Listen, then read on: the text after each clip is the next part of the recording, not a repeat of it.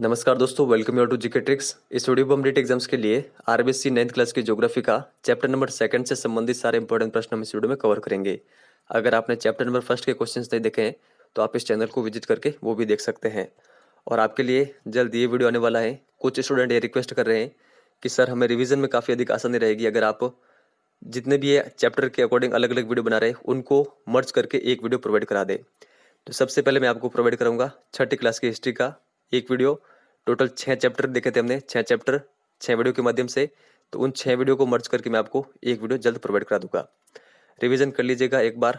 Last बार भी 4 प्रश्न बने थे 6ठी क्लास की पुस्तक से हिस्ट्री वाले पोर्शन में। तो चलिए इस वीडियो की शुरुआत करते हैं। वीडियो को लाइक करके शेयर जरूर करिएगा और चैनल पर नए हैं तो सब्सक्राइब भी जरूर करिएगा। फर्स्ट क्वेश्चन देखते हैं, सतलज नदी का उद्गम स्थान है। तो मैं आपको डायरेक्टली आंसर बताऊंगा ताकि वीडियो अधिक लंबा ना बने। देखिए इसका करेक्ट आंसर होगा ऑप्शन नंबर फर्स्ट। सतलज नदी का उद्गम होता है राक्षस ताल से। भारत की नदियों को कितने अफ़्फ़ा क्रम में बांटा गया है? तो देखिए ये बांटा गया है 3 अफ़्फ़ा क्रम में। कौन कौन सी? उत्तर भारत की नदियां, दक्षिण भारत की नदियां और आंतरिक अफ़्फ़ा की नदियां। तो ये आपको ध्यान रखना है। निम्न में से कौन सी सिंधु की सहायक नदी नहीं है? सतलज, व्यास, चिनाब, झेलम, रावी, नुब्रा, लोहित, मानस। देखिए करेक्ट आंसर होगा जो लोहित और मानस नदियां हैं ये सिंधु की सहायक नदियां नहीं है। तो ये किन की सहायक नदियां हैं? ये सहायक नदियां हैं ब्रह्मपुत्र की। तो ये भी आप ध्यान रखिएगा। यहाँ पर ये सारी नदियां दे रखी है जो सिंधु की सहायक नदियां हैं। भाखड़ा नंगल बांध किस नदी पर बनाया गया है? तो देखिए ये बनाया गया है सतलज नदी पर। श्रीनगर किस नदी पर बसा हुआ है? तो देखिए करेक्ट आंसर होगा ऑप्शन नंबर फोर्थ। झेलम नदी के किनारे पर बसा हुआ है श्रीनगर। अलकनंदा व भागीरथी नदियां कहाँ पर मिलती हैं? तो देखिए ये जो दोनों नदियां हैं ये आकर मिलती है देवप्रयाग में और वहां से इन दोनों नदियों को गंगा नाम दिया जाता है। निम्न में से कौन सी यमुना की सहायक नदी नहीं है? चंबल, बेतवा, कैन, घाघरा। देखिए करेक्ट आंसर होगा घाघरा। जो घाघरा नदी है ये गंगा की सहायक नदी है।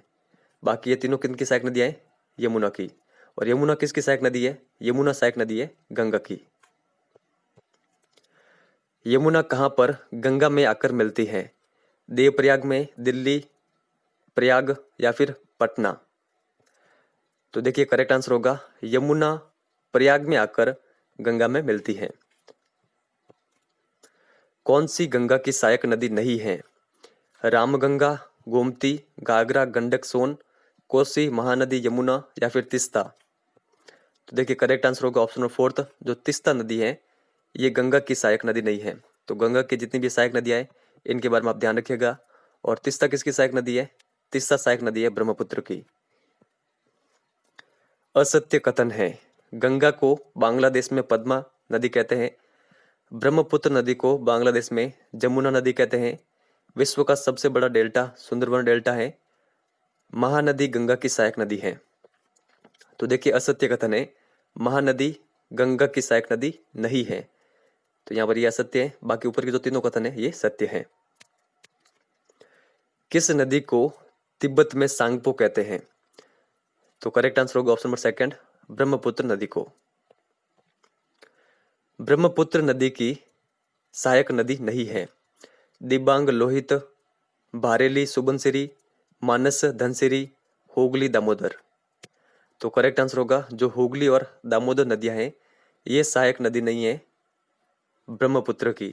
तो ये ब्रह्मपुत्र की जो सहायक नदियां है ये आप ध्यान रखिएगा।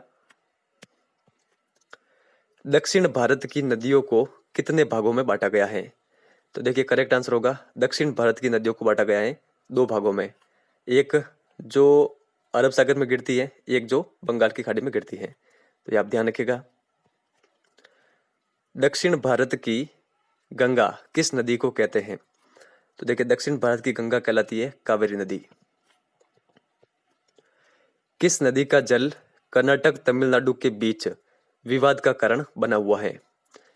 तो ये नदी कौन सी है? ये नदी है कावेरी नदी। महाबलेश्वर के पास पश्चिमी घाट से कौन सी नदी निकलती है? तो देखिए यह नदी निकलती है कृष्णा नदी। तो ये आप ध्यान रखिएगा कृष्णा नदी का उद्गम कहाँ से होता है?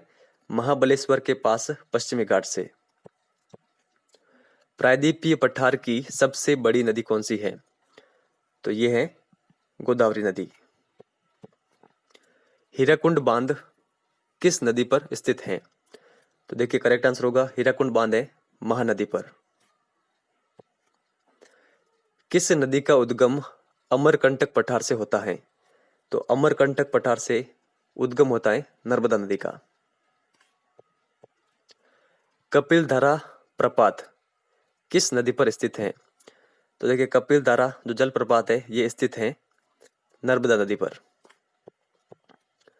निम्न में से कौन सी नदी अरब सागर में नहीं गिरती है? तापी नर्मदा, माही लुणी, साबरमती, चंबल केन। तो देखिए करेक्ट आंसर होगा ऑप्शन नंबर फोर्थ, जो चंबल और केन नदी है ये अरब सागर में नहीं गिरती है।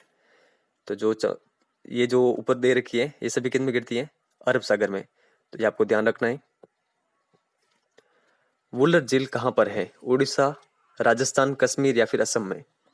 देखिए करेक्ट आंसर होगा कश्मीर में है वुलर झील, और यह भारत की सबसे बड़ी मीठे पानी की झील है। लोनार झील किस राज्य में है? तो करेक्ट आंसर होगा ऑप्शन नंबर सेकंड, महाराष्ट्र में। सही सुमेलित नहीं है। चिल्का झील उड़ीसा, कोलेरू झील आंध्र प्रदेश, पुल्लिकट झील केरल, डीडवाना झील राजस्थान। तो देखिए करेक्ट आंसर होगा ऑप्शन नंबर थर्ड, जो पुल्लिकट झील है ये केरल में नहीं है।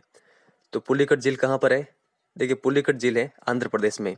जो आंध्र प्रदेश और नीचे जो तमिलनाडु है उसके बॉर्डर रीजन पर है पुल्लिकट झील। तो यहाँ पर केरल दे रखा है जो कि गलत है। तो बाकी आप ये तीनों फैक्ट ध्यान रखिएगा। 1893 ईस्वी में अलकनंदा नदी के मार्ग में पहाड़ी ढाल से सैलों के खिसकने से किस झील का निर्माण हुआ था? तो देखिए इस झील का नाम है गोहना झील, ये आप ध्यान रखिएगा। राजस्थान की वर्ष भर बहने वाली नदी कौन सी है? लूणी, बाणगंगा, चंबल या फिर कांतली? तो करेक्ट आंसर होगा ऑप्शन नंबर थर्ड, चंबल नदी। लूणी नदी का उद्गम होता है। तो लूणी नदी का उद्गम कहाँ से होता है? नाग पहाड़ अजमेर से। बेणेश्वर मेला किन नदियों के संगम पर लगता है? सोम, माही, जाखम या फिर सभी? तो करेक्ट आंसर होगा सभी। माही बजाज सागर बांध किस जिले में है? तो देखिए माही बजाज सागर बांध स्थित है बांसवाड़ा में। चंबल नदी कहाँ पर राजस्थान में प्रवेश करती है? तो देखिए ये प्रवेश करती है चौरासीगढ़ चित्तौड़गढ़ में। चंबल नदी कहाँ पर यमुना में मिल जाती है? इलाहाबाद, मुरादगंज, मेरठ या फिर दिल्ली? तो करेक्ट आंसर होगा ऑप्शन नंबर सेकंड, मुरादगंज। ये कहाँ पर है? उत्तर प्रदेश में। किस नदी को वन की आशा कहा जाता है? देखिए वन की आशा कहा जाता है बनास नदी को, ये आप ध्यान रखिएगा। और अगर आपसे एग्जाम में ये पूछ लिया जाए कि अर्जुन की गंगा किस नदी को कहते हैं, तो वो कहते हैं बाणगंगा को। रामेश्वरम के पास चंबल में कौन सी नदी आकर मिलती है? कोठारी नदी, गंभीरी नदी, बनास नदी या फिर पार्वती नदी? तो करेक्ट आंसर होगा ऑप्शन नंबर थर्ड, बनास नदी। मंथा नदी किस झील में गिरती है? तो देखिए मंथा जो नदी है यह गिरती है सांबर झील में। किस नदी का जल सांबर नदी में नहीं गिरता है? खारी, रूपनगढ़, खंडेला या फिर बांडी? देखिए करेक्ट आंसर होगा जो बांडी नदी है इसका पानी सांबर झील में नहीं गिरता है।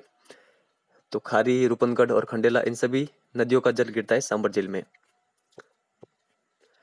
डीडवाना झील जहां पर सोडियम व सल्फेट बनाने के संयंत्र हैं किस जिले में है?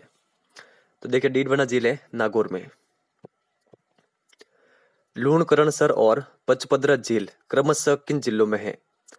तो देखिए करेक्ट आंसर होगा लूणकरणसर झील तो है बीकानेर में और पचपदरा झील है बाड़मेर में। जयसमंद झील में स्थित सबसे बड़ा टापू है तो कौन सा है? बाबा का भागड़ा। और सबसे छोटा कौन सा है? छोटा द्वीप या फिर टापू प्यारी। तो ये आप दोनों ध्यान रखिएगा।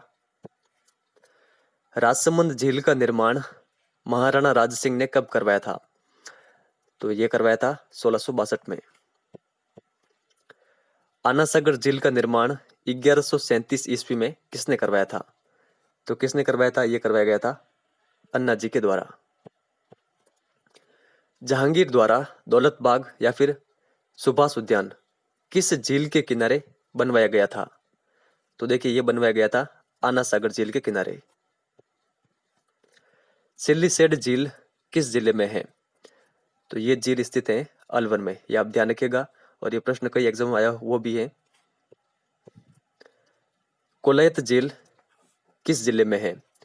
तो कोलयत झील है बीकानेर में, ये आपको ध्यान रखना है।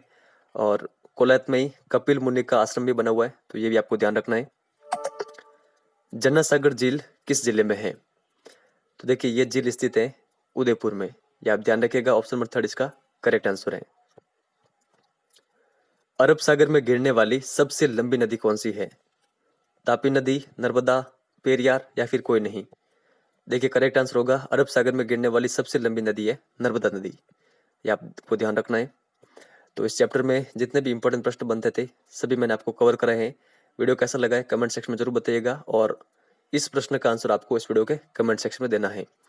भारत की कुल स्थलीय सीमा और समुद्री सीमा क्रमशः है। आपको जो भी ऑप्शन सही लगता हो आप कमेंट सेक्शन में बता सकते हैं। और टेलीग्राम पर आप ज्वाइन हो जाइएगा, सिंपली टेलीग्राम पर जाए, वहां पर सर्च करें जीके ट्रिक एजुकेशन, वहां पर आपको हमारा चैनल मिल जाएगा। तो इस वीडियो में इतना ही है। वीडियो पसंद आया हो तो लाइक और शेयर जरूर करिएगा। धन्यवाद।